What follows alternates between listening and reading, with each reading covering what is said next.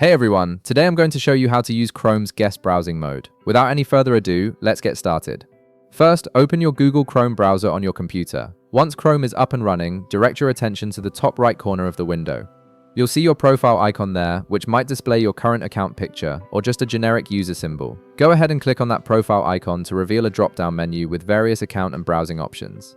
From the drop-down menu that appears, look for and click on the option that says Open Guest Profile. This is a special browsing mode that Chrome offers for temporary private sessions.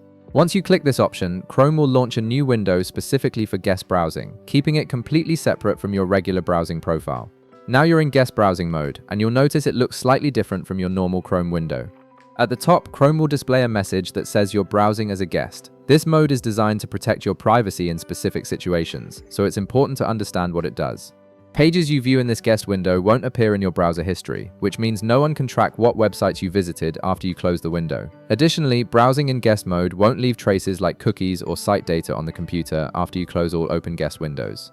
However, keep in mind that any files you download during your guest session will still be saved to your computer, so make sure to manage those separately if privacy is a concern. With guest mode now active, you can start browsing the web just like you normally would. You can visit any website, search for information, or use web applications without worrying about your activity being saved to your regular Chrome profile. This makes guest browsing perfect for situations where you're using someone else's computer, sharing your device temporarily, or just want a quick browsing session without cluttering your main profile's history. And that's it. You've successfully set up and started using Chrome's guest browsing mode for private, temporary browsing sessions. If this video helped you out, be sure to leave a like, subscribe, and I'll see you in the next one.